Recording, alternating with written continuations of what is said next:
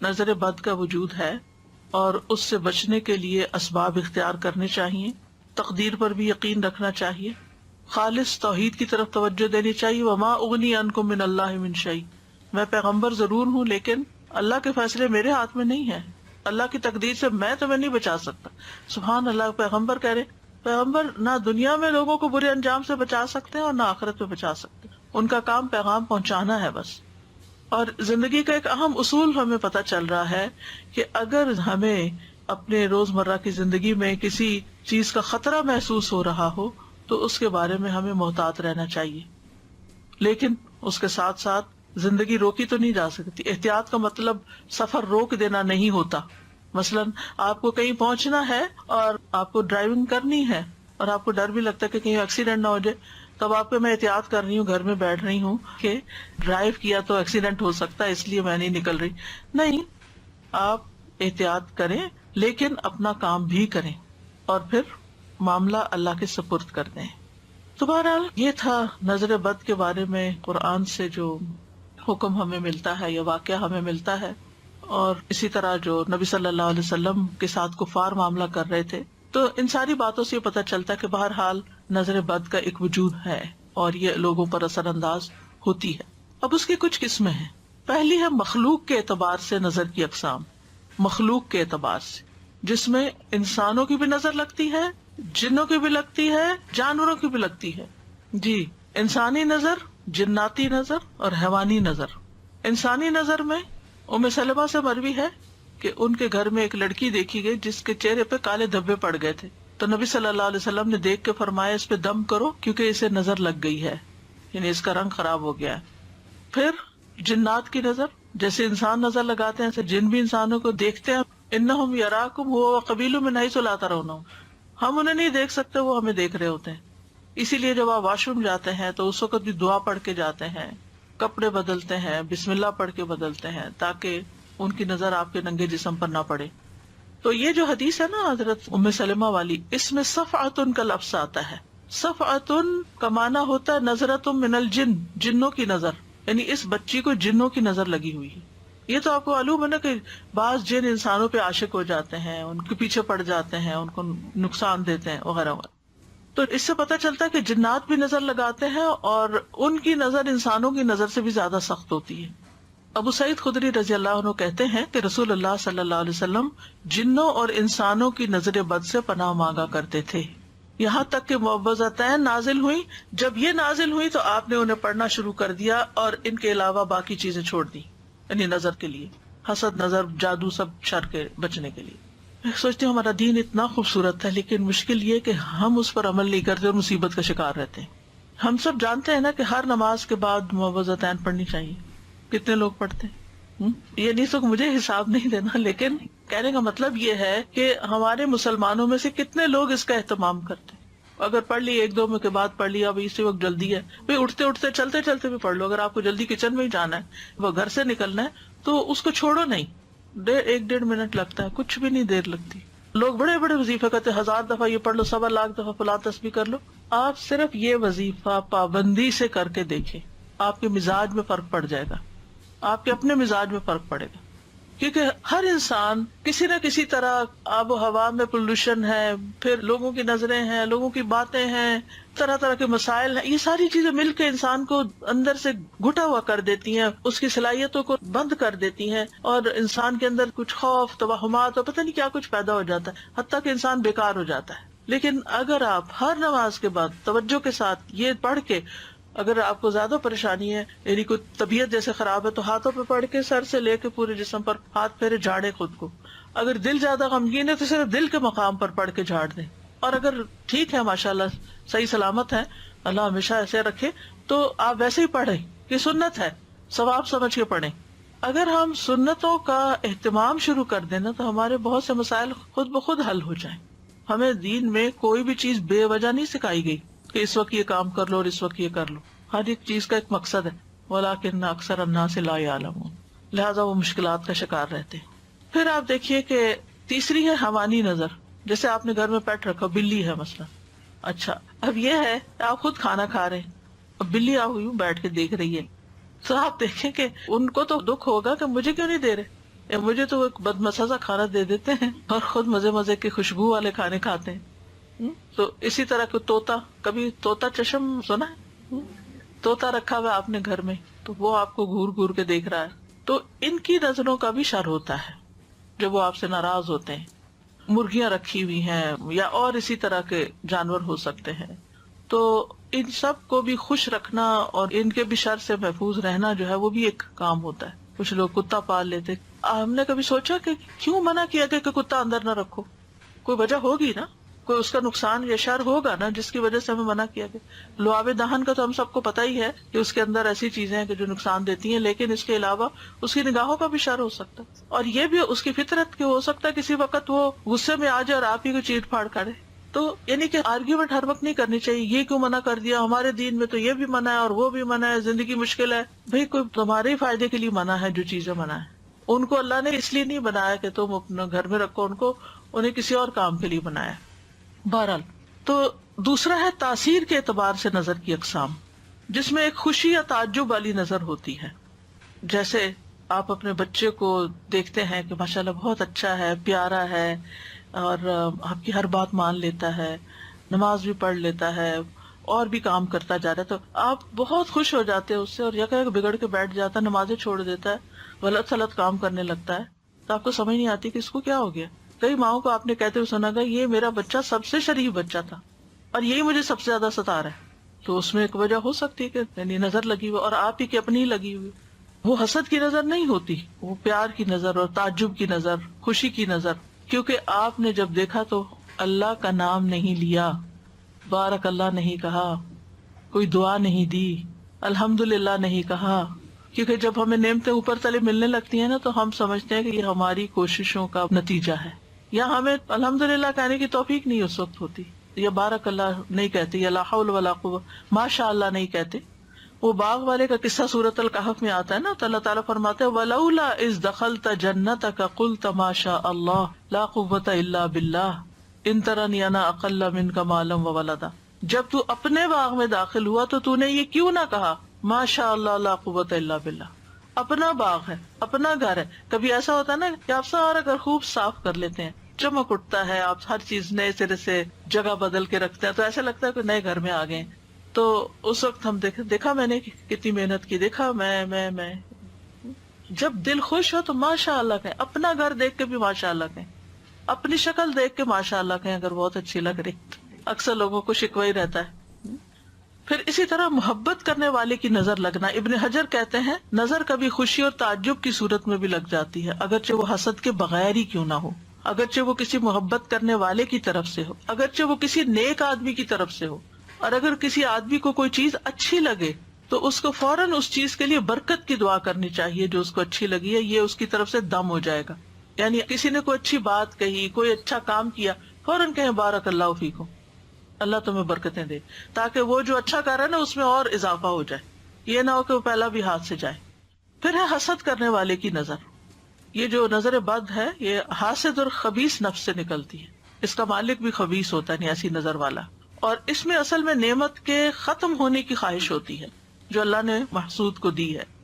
جیسے اہل کتاب نبی صلی اللہ علیہ وسلم سے حسد رکھتے تھے اور کیا چاہتے تھے، لو یردونکم من بعد ایمانکم کفارا حسدا من عند انفسہم من بعد ما تبین لہم الحق.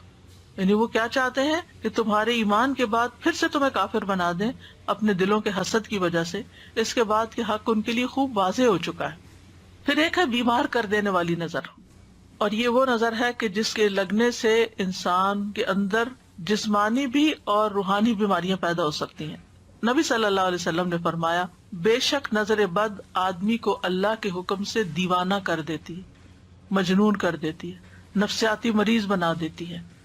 پھر ہے العین المعطلہ متلفہ، کسی خاص عضو کو بیکار کر دینے والی نظر. یعنی جسم کا کوئی حصہ بہت خوبصورت کسی کو لگ رہا ہے اور وہ دیکھتا ہے تو وہ حصہ کام کرنا چھوڑ دیتا ہے، شل ہو جاتا ہے یا بیکار ہو جاتا ہے. پھر آگ والی نظر، مہلک نظر، اور یہ وہ قسم ہے کہ جس کو لگتی ہے اس کے اوپر فوری شدید ترین اثر ہوتا ہے. اسمائی کہتے ہیں میں نے ایک آدمی کو دیکھا، اس کی نظر بہت کثرت سے لگتی تھی. اس نے کسی گائے کے متعلق سنا کہ اس کو اس کے دودھ کی دھار کا نکلنا اچھا لگا، تو اس نے کہا ان میں سے کون سی گائے ہے؟ تو انہوں نے اس گائے سے توریہ کرتے ہوئے کہا کہ فلاں گائے ہے. کوئی اور گائے بتا دی. وہ دودھ والی نہیں بتائی کہ اس کو نظر نہ لگ جائے. ہوا یہ کہ دونوں ہی ہلاک ہو گئی, دودھ والی بھی دوسری بھی. میں نے اسمائی سے یہ بھی کہتے ہوئے سنا, جب میں کوئی ایسی چیز دیکھتا ہوں جو مجھے اچھی لگتی ہے تو محسوس کرتا ہوں کہ میری آنکھوں سے ایک تپش حرارت نکلتی ہے, آنکھ میری گرم ہو جاتی ہے. اپنی فیلنگ, یعنی کہ ان کو یہ تھا کہ میری نظر لگ جاتی ہے. تو بعض اوقات کسی کو نہیں پتا کہ اس کی نظر لگتی ہے یا نہیں, لیکن بعض لوگوں کو خود محسوس ہو جاتا ہے کہ دیکھنے کے بعد اس کی آنکھیں جیسے جلن سی ہونے لگتی ہے نا آنکھوں میں, اس طرح کی کیفیت پیدا ہو جاتی ہے. جی السلام علیکم استاذہ جی. ایک صاحبہ خود کہتی ہیں کہ میری نظر بہت پتھر پہاڑ ہے تو مجھ سے سنبھل کے رہنا. تو ریئلی ان کو دیکھ ان کو فیل ہوتا ہے, بلکہ جب وہ کچھ بھی ایسے دیکھتی ہیں سب نے محسوس کیا ہے کہ نظر لگتی ہے ان کی, کیونکہ ان کے یہاں ایک ایکویریم تھا اور وہ فش بہت پھل پھول رہی تھی اچھی بہت. تو کہنے لگی کہ میں نے اس کو بولا بس تم جو ہے نا بہت کھا لیا تم نے, تم بہت زیادہ اچھی ہو رہی ہے تو صبح مر جانا. اور یقین کریں وہ صبح میں فش ختم ہو گئی. اور ایک دن وہ آئی اور انہوں نے کہا وہ تمہارے گلاس کتنے پیارے ہیں, لیکن ماشاءاللہ نہ میں کہہ سکی, بھول گئی. اور تو صبح میں وہ دونوں گلاس جب ڈش واشر سے نکالے اسی کونے سے جہاں انہوں نے کہا تھا نا اس کے کونے کتنے پیارے ہیں جو اوپر کی, وہ دونوں ٹوٹے ہوئے تھے. تو ماشاء اللہ کہنا بہت بہت ضروری. اگر وہ نہیں کہہ رہی تو خود کہنا ضروری ہے. ماشاء اللہ. اب نظر لگنے کی وجوہات کیا ہوتی ہیں؟ پہلی بات یہ کہ جو کچھ ہوتا ہے اللہ کے حکم سے ہوتا ہے. ان الحکم الا للہ. اللہ سبحانہ تعالیٰ نے چونکہ یہ زندگی یہ دنیا آزمائش کے لیے بنائی ہے, تو جس طرح اور چیزیں کچھ ہمارے لیے بیماری کا باعث بنتی ہیں, وائرسز ہیں, بیکٹیریاز ہیں, جراثیم ہیں, ایسے ہی یہ چیز بھی امتحانوں میں سے ایک امتحان ہے, اللہ کے لشکروں میں سے ایک لشکر ہے. پھر اسی طرح یہ یاد رکھنا چاہیے کہ ما اصاب من مصیبت الا باذن اللہ, اللہ کے اذن سے ہی مصیبت آتی. پھر یہ کہ یہ تقدیر میں تکلیف لکھی ہوتی ہے, اس کا سبب بن جاتا ہے کوئی. نبی صلی اللہ علیہ وسلم نے فرمایا نظر لگنا برحق ہے, اگر کوئی چیز تقدیر پر غالب آ سکتی تو وہ نظر بد ہے. ایک وجہ یہ بھی ہے کہ انسان کی زندگی میں اذکار اور تلاوت اور اللہ کے نام کی کمی ہوتی ہے. ابن قیم کہتے ہیں کہ نظر بد ایک قسم کے تیر ہوتے ہیں جو محسود اور معیون کی طرف حاسد یعنی حسد کرنے والے اور نظر لگانے والے کے نفس سے نکلتے ہیں. کبھی ان کا نشانہ لگ جاتا ہے, کبھی خطا ہو جاتا ہے. پھر اگر یہ تیر اس کو ننگا پاتے ہیں, اس پر کوئی بچاؤ کا سامان نہیں, یعنی اذکار وغیرہ کی کوئی لیئر نہیں, اور یہ کہ صبح شام کے اذکار کی حفاظت کرنے والا نہیں, تو تیر اس کو لگ جاتا ہے اور اس پر اثر انداز ہو جاتا ہے. پھر اسی طرح یہ ہے کہ بعض اوقات اذکار وغیرہ پڑھنے کے باوجود بھی نظر لگ جاتی, اور وہ انسان کا امتحان ہوتا ہے, تقدیر ہوتی ہے, آزمائش ہوتی ہے. اب اس کی علامات کیا ہوتی ہیں؟ کچھ تو جسمانی عوارض ہوتے ہیں, یعنی بیماریاں ہوتی ہیں, جیسے چہرے پہ دھبے پڑ جانا. وہ حضرت ام سلمہ والی حدیث میں جس بچی کے چہرے پر دھبے تھے سیاہ, تو نبی صلی اللہ علیہ وسلم نے اس کے لیے دم کرنے کا کہا. پھر بلا وجہ رونا آتے جانا, جیسے بچے بلا وجہ روتے روتے, انہیں اٹھا رہے ہیں, بہلا رہے ہیں, کھلا رہے ہیں, پلا رہے ہیں, کچھ دے رہے ہیں, ان کو اثر ہی نہیں. اللہ اکبر. شاید آپ کو بھی کبھی یہ واقعہ پیش آیا ہو, بڑا بھی ہو سکتا ہے نا, بے وجہ رونا آتا چلا جاتا ہے, ہوتا ہے نا. یہ جو بچوں کا بلا وجہ روتے جانا, اس کی دلیل یہ ہے کہ ایک مرتبہ نبی صلی اللہ علیہ وسلم تشریف لائے تو ایک بچے کے رونے کی آواز سنی. فرمایا یہ بچہ کیوں رو رہا ہے, کیا تم نے اس کو نظر بد کا دم نہیں کروایا, یعنی اس کو نظر لگی ہوئی ہے اس لیے رو رہا ہے. پھر بچوں کا کمزور ہو جانا, سب کچھ کھا رہے ہیں, پی رہے ہیں, بڑھ ہی نہیں رہے. آپ صلی اللہ علیہ وسلم نے اسما بنت امیس سے کہا کیا بات ہے, میں اپنے بھائی یعنی جعفر کے بیٹوں کے جسموں کو دبلا پتلا دیکھتا ہوں, کیا انہیں فقر و فاقہ رہتا ہے؟ انہوں نے کہا نہیں, بلکہ انہیں نظر بد بہت جلد لگ جاتی ہے. آپ نے فرمایا انہیں دم کرو. انہوں نے آپ کے سامنے چند کلمات پیش کیے تو آپ نے فرمایا انہیں دم کرو, یہ ٹھیک ہے, یہ پڑھ کے دم کر دو. پھر اسی طرح بعض اوقات گرنا اور پھسلنا, یعنی آپ چل رہے ہیں, ٹھیک ٹھاک چل رہے ہیں, جیسے اس دن کسی بہن نے کہا تھا کہ ان کا پاؤں فریکچر ہو گیا تھا چلتے چلتے, یا اسی طرح انسان گر پڑتا چلتے ہوئے, یا اوپر سے پھسل جاتا ہے, یا کوئی بھی ایسی وجہ بھی بن جاتی, یعنی ٹھیک چل رہا ہوتا ہے معاملہ اور اچانک بے وجہ کوئی ایسی مصیبت آ پڑتی ہے. رسول اللہ صلی اللہ علیہ وسلم نے فرمایا بے شک نظر آدمی کو دیوانہ کر دیتی ہے اللہ کے حکم سے, حتیٰ کہ کبھی ایسا ہوتا ہے کہ وہ اونچی جگہ پر چڑھتا ہے پھر وہاں سے گر پڑتا ہے.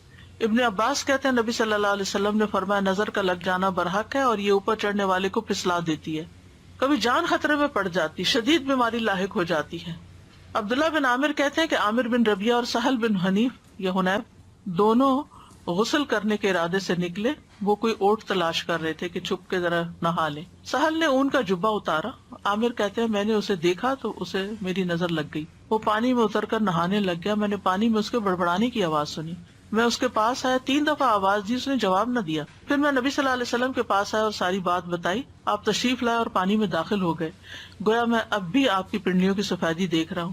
آپ نے اس کے سینے پر 3 دفعہ ہاتھ مارا, پھر یہ دعا دی, اللہم اذہب عنہ حرہا وبردہا ووصبہا, اے اللہ اس کی گرمی اور سردی اور بیماری اور لاغری دور کر دے. پھر کھڑے ہوئے اور فرمایا, جب کسی کو اپنے بھائی کا وجود یا کوئی مال پسند آئے تو اس کے لیے برکت کی دعا کرے, کیونکہ نظر کا لگ جانا برحق ہے. یعنی وہ اتنی دیر میں ہی جیسے گویا کہ دنیا سے جانا شروع ہو گئے ہیں. اسی طرح دیگر جسمانی علامات بھی ہوتی ہیں, جیسے سر کا دکھنا, بے وجہ بخار چڑھ جانا بغیر کسی وجہ کے, دونوں یا کسی ایک کندھے میں درد ہونا جیسا کہ کوئی انگارہ یا تپش ہو, کندھے میں یا بازو کا پیچھے ایک جگہ ایسے جلنے سے لگ جاتی ہے. پشت کے نچلے حصے میں درد ہونا, یعنی بیک بون پہ نیچے کی طرف. قرآن سنتے وقت جمائیوں کا زیادہ نہیں, یون بہت کرنا. جب فضا میں خنکی ہو تو جسم کی حرارت کا بڑھ جانا ٹھنڈک سے, اور اس کے برعکس بھی گرمی ہو تو جسم کو بہت ٹھنڈا ہو جانا, اپوزٹ ٹیمپریچر پہ چلے جانا. بالوں کا اچانک گرنا کہ پورے پورے لچھے ہاتھ میں آنے لگ جائیں. ذہنی پراگندگی زیادہ ہونا کہ فوکس نہیں کر پا رہے. وزن اچانک کم ہونا شروع ہو جانا. کھانے کی خواہش ختم ہو جانا. چیز کو ذہن میں رکھنے, حفظ کرنے اور سمجھنے کی قدرت نہ ہونا, فوگی سا ذہن ہو جانا. کثرت سے پسینے آنا اور پسینے کی بو کا بھی چینج ہو جانا, متغیر ہو جانا. جلد پر پھوڑے پھنسیوں یا خارش کا ظاہر ہونا. نیند کا کم آنا اور زیادہ تر جاگنا. علیحدگی اور تنہائی پسند کرنا. رونے کی خواہش کرنا یا ہمیشہ روتے ہی رہنا. تو یہ کبھی کبھی چیزیں اکٹھی بھی ہو سکتی ہیں اور کبھی کوئی ایک بھی ہو سکتی ہے, اور ان میں ایک راکی فرق کر سکتا ہے جو تجربہ کار ہوتے ہیں. پھر اجتماعی عوارض, مجالس سے علیحدگی اختیار کر لینا, اینٹی سوشل ہو جانا, کسی سے ملنا جلنا نہیں. مال میں برکت نہ ہونا. معیار زندگی اچانک گر جانا. کام سے نفرت, باوجود قدرت اور ہمت کے کام کرنے کی خواہش نہ رہنا. رزق تلاش کرنے سے روگردانی کرنا, بہت کام کر لیا, میں ریٹائرمنٹ لینا چاہتا ہوں. لوگوں پہ تہمت لگانا کہ یہ مجھے گھورتے ہیں, یہ بھی اس کی ایک علامت ہوتی ہے. کتنی عجیب بات ہے کہ فلاں مجھے دیکھ رہا تھا, فلاں مجھے گھور رہا تھا. اور اسی طرح کے دیگر نفسیاتی بیماریوں کا پیدا ہو جانا. اب کرنے کا کام کیا ہے؟ سب سے پہلے تو اللہ پہ بھروسہ کریں. مَا مِن دَابَّةٍ إِلَّا هُوَ آخِذٌ بِنَاصِيَتِهَا, سب کی پیشانی کے بال اللہ کے ہاتھ میں ہیں, سب اللہ کے کنٹرول میں ہیں. حسبی اللہ لا الہ الا هو علیہ توکلت وہو رب العرش العظیم. فوراً اللہ کی طرف رغبت کریں, اللہ کی پناہ لیں. نبی صلی اللہ علیہ وسلم نے فرمایا اللہ تعالیٰ سے نظر لگنے سے پناہ مانگو, جیسے ہم اور چیزوں سے مانگتے ہیں نا پناہ کہ ان سے بچا اللہ تعالیٰ ہمیں, تو اس سے بھی بچنے کی دعا کرنی چاہیے, کیونکہ نظر کا لگ جانا برحق ہے. رسول اللہ صلی اللہ علیہ وسلم نے فرمایا اللہ تعالیٰ فرماتا ہے میرا محبوب بندہ اگر مجھ سے مانگتا ہے تو میں اسے دیتا ہوں, اگر وہ کسی دشمن یا شیطان سے میری پناہ مانگتا ہے تو میں اسے محفوظ رکھتا ہوں. پھر نعمتوں کو چھپانا, بہت زیادہ نعمتوں کا اظہار نہ کریں, لوگوں کو نہ بتائیں میرے پاس یہ بھی ہے یہ بھی ہے یہ بھی ہے, کیونکہ دوسرے لوگوں کو پھر حسد ہونے لگتا ہے.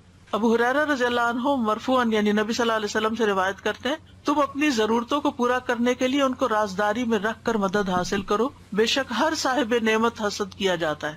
پھر ہے حاسد سے بچ کے رہنا, یعنی جس کا پتہ چل جائے کہ یہ آپ سے جیلس ہے اس سے بس تھوڑا تعلق کم کریں, ضرورت سے ہی ملے.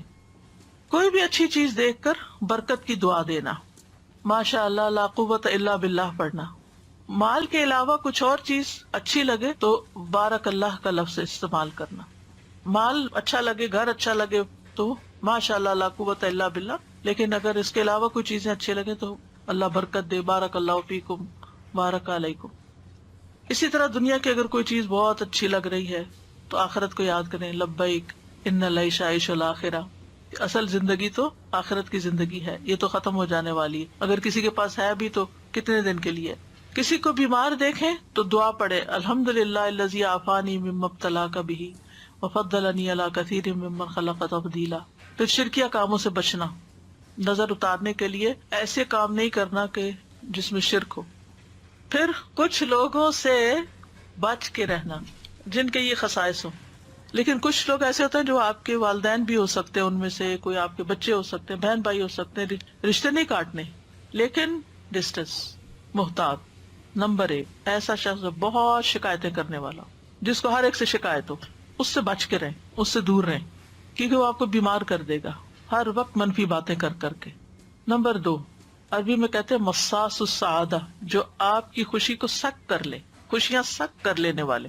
وہ کیسے کرتے ہیں؟ یعنی آپ کے خوش ہونے کا وقت ہے، وہ کوئی ایسی بات کریں گے کہ آپ کی خوشی دری کی دری رہ جائے گی۔ اور یہ ایک دفعہ نہیں، کئی دفعہ آپ تجربہ کر چکے ہیں کہ آپ کو اللہ نے کوئی نعمت دی ہے، کوئی گھر دیا ہے، اولاد دی ہے، کوئی ڈگری دی ہے، کوئی چیز جو دنیا کی نعمتیں ہیں، اب وہ پہنچ جاتے ہیں، مثلا ہمیں تو تم نے پوچھا ہی نہیں تھا، ہمیں تو بتایا ہی نہیں تھا، یعنی ایسی بات کریں گے کہ آپ بھول ہی جائیں گے کہ آپ نے کس لیے لوگوں کو انوائٹ کیا تھا۔ پھر شک کرنے والے لوگ، جو آپ کی ہر چیز پر شک کریں، آپ کہاں تھے، آپ کیا کر رہے تھے، آپ نے یہ کیوں کیا۔ اور خاص طور پر اگر ہسبینڈ شکی ہو یا بیوی، یہ نہیں صرف ہسبینڈ ہوتے ہیں، یقین کریں میں نے عورتوں کو زیادہ دیکھا ہے مردوں پہ شک کرتے ہوئے۔ کئی خواتین نے یہ مسئلہ مجھ سے پوچھا کہ ہم اپنے ہسبینڈ کے موبائل چیک کرتے ہیں ایگزٹ ہو کے، اگر آپ کو مصیبت میں پڑنا ہے تو کر لیں چاہیے، یعنی اپنے آپ کو خود پریشان کرنے والی بات ہے نا، تجسس کیوں کرتے ہیں؟ کوئی کام ہو سکتا ہے، کوئی بات ہو سکتی ہے، لیو اٹ، اللہ پہ توکل کریں۔ نمبر 4 آپ کو کنٹرول کرنے والے، ان لوگوں سے بچ کے رہیں۔ کچھ لوگ یعنی کہ آپ کو اپنی مرضی سے سانس بھی نہ لینا دینا چاہیں، ہر وقت وہ آپ کے اوپر ایک یعنی اعتراض شروع کر دیں گے کہ آپ نے یہ کیوں کیا، آپ وہاں کیوں جا رہے ہیں، یہ کرنے کی کیا ضرورت ہے، یعنی وہ چاہتے ہیں ہر چیز ان کی مرضی کے مطابق ہو۔ پھر کمیونیکیٹ نہ کرنے والے، یعنی آپ کے ساتھ کنورسیشن نہیں کرتے، آپ کے ساتھ تعلق ہے، آپ سے بات نہیں کرتے، آپ کے پیچھے پیچھے باتیں کرتے ہیں، یعنی آپ ان سے کوئی بات کرنا چاہتے ہیں، وہ آگے سے کچھ اور، آپ کچھ کہہ رہے ہیں، وہ کچھ اور کہہ رہے ہیں، عجیب تماشا ہے، یعنی ایسی ڈسپیرٹی ہے کہ نہ آپ کی بات ان کو سمجھ آ رہی، نہ ان کی آپ کو سمجھ آ رہی۔ پھر وہ لوگ جو بہت زیادہ اپنے آپ کو ڈیفینڈ کرتے ہیں، میرا یہ مقصد نہیں تھا، میں نے اس لیے نہیں کیا، میں نے وہ نہیں کیا، اس میں بھی انسان پریشان ہوتا ہے کہ میں نے تو پوچھا ہی نہیں کہ آپ نے کیوں کیا اور کیوں نہیں کیا۔ پھر اسی طرح حسد کرنے والے، یعنی جو لوگ آپ سے حسد کرتے ہیں ان سے بھی بچ کر رہیں، یعنی کم ملے ان سے، اپنی نعمتوں کا ان کے سامنے تذکرہ نہ کریں۔ پھر من چلے سے لوگ جو ہر وقت انہیں کوئی کسی ایک بات پر نہ رہے، ہر وقت اپنا سٹینس بدل دیں۔ نان سیریس بھی ہو سکتے ہیں، لیکن یعنی آپ ان کو ایک بات کہتے ہیں، وہ کہتے ہیں ہاں ٹھیک ہے، پھر تھوڑی دیر میں وہ کہیں اور جاتے ہیں، وہاں سے کچھ اور سن کے آ جاتے ہیں، پھر آپ کو کہتے ہیں نہیں یہ ٹھیک نہیں ہے، یعنی کوئی استقامت نہیں زندگی میں۔ آپ ان پہ ٹرسٹ نہیں کر سکتے کہ آپ ان کو کوئی کام دیں گے، کوئی رسپانسبلٹی دیں گے تو وہ کچھ کریں گے، وہ لیک آف میچورٹی سے ہوتا ہے۔ پھر بخیل، کچھ خرچ نہ کرنا چاہیں۔ پھر ایکسپلائٹرز، آپ کو ایکسپلائٹ کرنے والے، آپ کو جانے بغیر آپ کی غیبت کرنے والے، ایسے لوگوں سے متھا نہ لگائیں۔ یا کسی کو جانے بغیر، مثلا نہ آپ کسی پولیٹیشین کو جانتے ہیں، نہ آپ کبھی اس سے ملے ہیں، نہ آپ کو کوئی حقیقت پتا ہے، جھوٹے پروپیگنڈے سن کے آپ بھی ساتھ شامل ہو جاتے ہیں، فلاں چور ہے، فلاں ایسا، فلاں ویسا۔ یہ آپ نے کون سی چیز دیکھی تھی، آپ کی آنکھوں نے دیکھی تھی یا کانوں نے اس کے منہ سے کچھ سنا تھا، فرسٹ ہینڈ انفارمیشن کیا آپ کے پاس؟ اس قسم کے لوگ جو لوگوں کی برائیاں آپ سے آ کے کریں، ان سے بھی بچ کے رہیں۔ تو یہ سارے لوگ کسی نہ کسی طرح آپ کی زندگی کو حرام کر دیتے ہیں۔ پھر آپ کہیں گے جائیں کہاں؟ اگر ہمارے اندر اس میں سے کوئی چیز ہے تو اس کو باہر نکال دیں۔ دوسری بات یہ ہے کہ سبق اس سے یہ ملتا ہے کہ ٹو مچ سوشلائزنگ جو ہے وہ انسان کے لیے نقصان دہ ہے، کیونکہ ہم میں سے ہر ایک کے اندر ان میں سے کوئی نہ کوئی چیز ہو سکتی ہے نا، بلکہ ہے کسی نہ کسی درجے، تھوڑی صحیح زیادہ صحیح کرتے ہیں نا کچھ، تو پھر خواہ مخواہ کی یعنی انسان کی زندگی ضائع ہوتی ہے، وقت ضائع ہوتا ہے، صلاحیتیں ضائع ہوتی ہیں۔ بہتر ہے انسان کو پروڈکٹیو انسان بننے کے لیے اپنی زندگی کا کوئی گول رکھیں، اپنے آپ کو مصروف کریں اور کسی کام میں اپنے آپ کو لگا لیں تاکہ ان چیزوں سے آپ کو چھٹکارا ہو۔ پھر قرآن سے علاج کریں، کیونکہ قرآن شفا ہے۔ قل هو للذین آمنوا ھدی وشفاء، سورۃ فصلت میں آتا ہے، سورۃ اسراء میں ہے، وَنُنَزِّلُ مِنَ الْقُرْآنِ مَا هُوَ شِفَاءٌ وَرَحْمَةٌ لِّلْمُؤْمِنِينَ وَلَا يَزِيدُ الظَّالِمِينَ إِلَّا خَسَارًا۔ یاد رکھیے جس طرح قرآن ہدایت ہے نا، ایسے ہی قرآن شفا ہے۔ قرآن سے ہدایت بھی لینی چاہیے، قرآن سے شفا بھی حاصل کرنی چاہیے۔ ہم ہدایت کی کتاب تو اس کو سمجھتے ہیں کہ ہدایت کے لیے پڑھو، لیکن شفا کے لیے نہیں پڑھتے، تو شفا کے لیے بھی پڑھنے کی ضرورت ہے۔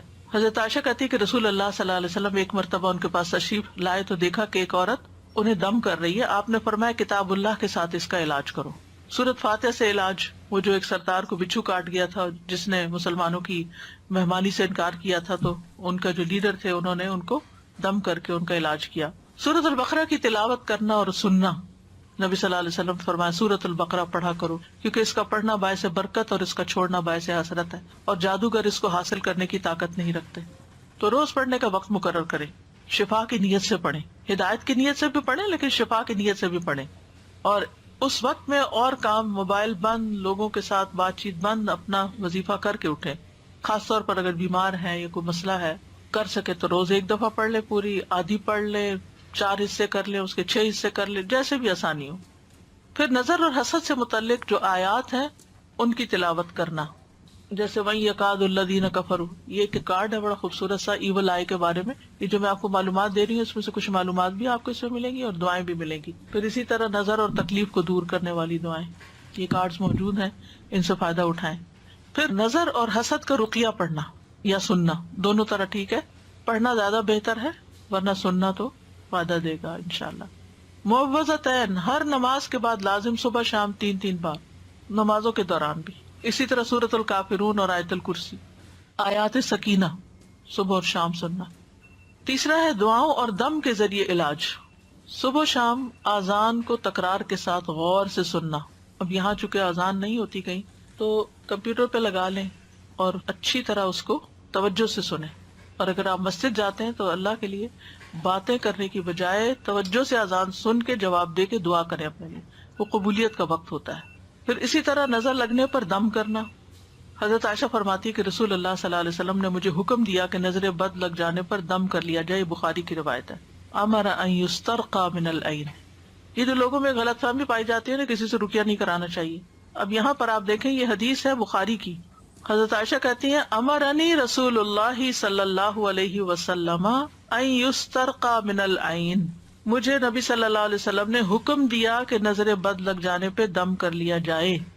یہ حکم ہے آپ کا کہ علاج کرو اس سے.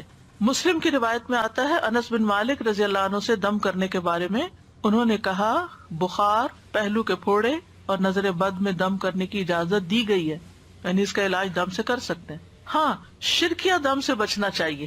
جس دم سے بچنے کا حکم ہے نا وہ شرکیہ دم ہے. عوف بن مالک کہتے ہیں ہم جاہلیت میں دم کیا کرتے تھے. ہم نے عرض کیا اللہ کے رسول صلی اللہ علیہ وسلم آپ اس بارے میں کیا فرماتے ہیں؟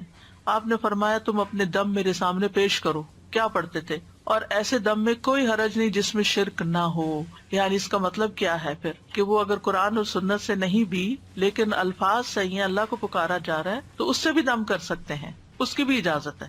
کیونکہ بعض لوگ اس پہ اعتراض اٹھا دیتے ہیں یہ جو آپ پڑھ رہے ہیں یہ سنت میں تو نہیں لکھا ہوا یہ لفظ. یعنی جب تھوڑا تھوڑا دین پڑا ہوتا ہے نا پھر ہر چیز میں ہم آبجیکشن شروع کر دیتے ہیں، اس کی ڈیپتھ میں جائے بغیر، اس کے اصل مقصد کو سمجھے بغیر. نظر بد کا ایک خاص علاج غسل ہے. جس کی نظر لگی ہو اس کے جسم کا وضو کے اعضاء کا پانی لے کر جسے نظر لگی ہو اس کے کندھوں پہ زور زور سے بہانا چاہیے، ایسے پھینکنا چاہیے اس کو. حضرت عائشہ فرماتی ہیں کہ آپ کے زمانے میں نظر لگانے والے کو حکم دیا جاتا تھا کہ وہ وضو کرے، پھر اس کے استعمال شدہ پانی سے جسے نظر لگی ہوتی ہے اسے غسل دیا جاتا. اس کا طریقہ کیا ہے؟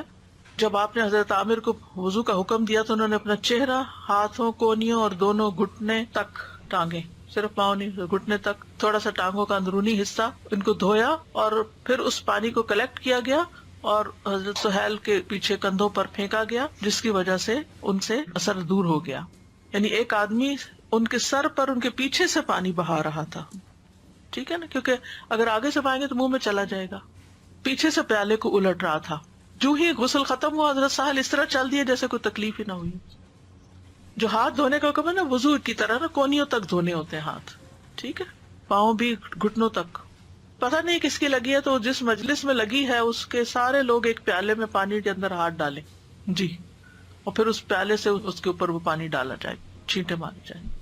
اگر وہ چلا گیا ہے اب تو اس کی اگر کوئی بھی چیز ہے، اگر وہ چائے پی کے گیا مثلا تو جس کپ میں اس نے چائے پی ہے نا وہ اس کا پانی لے لیا جائے. اگر اس کا کوئی کپڑا یا کوئی چیز ہے تو وہ پانی میں ڈبو لی جائے. یہ اس سے شفا ہو جاتی ہے. اصل میں اگر دین نہیں پڑھا نا اس لیے برا مانتے ہیں. اگر مجھ سے کوئی کہے کہ پانی دے دے تو میں تو دے دوں گی، مجھے تو کوئی مسئلہ نہیں ہے، میں تو انسان ہوں، کمزور ہو سکتا ہے، میری نظر لگ گئی ہے، نظر پر حق ہے، کیا ہوا، محبت سے بھی لگ جاتی ہے. تو اگر نہیں پتا نا تو یہ میں کہہ رہی ہوں کہ جہاں آپ کو لگا کہ اس مجلس میں گئی تھی اور یہاں لگی تھی، وہاں جتنے لوگ ہیں ان سے ریکویسٹ کریں کہ یہ پانی کا پیالہ ہے، اس کے اندر ہاتھ ڈال دیں، بس ہاتھ ڈالنا ہے سب نے، بس انہیں بتا دیں کہ یہ نظر کا علاج ہے اور سب کا پانی لے رہے ہیں تاکہ کوئی ایک پن پوائنٹ نہ ہو. ٹھیک ہے نا. پھر قرآنی آیات پڑھی جائیں جن میں لفظ حسد آتا ہے، جیسے کفارن حسدن من عند انفسہم، البقرہ 109، النساء 54، ام یحسدون الناس والی آیت. پھر سورۃ طٰہٰ 131، ولا تمدن عینیک الی ما متعنا بہ. سورۃ کہف 39، ولولا اذ دخلت جنتک قلت ما شاء اللہ. پھر سورۃ الملک 1-4، فرجع البصر هل تری من فطور والی آیت جو ہے نا، تبارک الذی سے لے کے ینقلب الیک البصر خاسئا وهو حسیر تک. پھر وَإِن يَكَادُ الَّذِينَ كَفَرُوا لَيُزْلِقُونَكَ والی آیت سورۃ القلم 51. پھر سورۃ الاسراء کی آیت 82، وَنُنَزِّلُ مِنَ الْقُرْآنِ مَا